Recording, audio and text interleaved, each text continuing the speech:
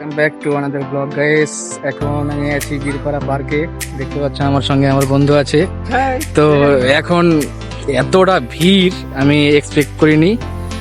এরকম নাজারা দেখতে পাচ্ছ, পার্কের নাজারাটা খুব সুন্দর আর প্রচণ্ড ভিড় আছে এখন। আর হেলমেটগুলো রেখে দিয়েছি এখানে, এদিকে দেখতে পাচ্ছ অনেক ভিড়।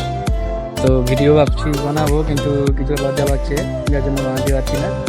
এখন ভাবছি খয়েরবাড়ির দিকে চলে যাবো এখন ডাইরেক্ট। তো আমার সঙ্গে বন্ধুটা আছে, কিছু বলতে চান দাদা? किसका सुनेगा किसका দিল দিয়া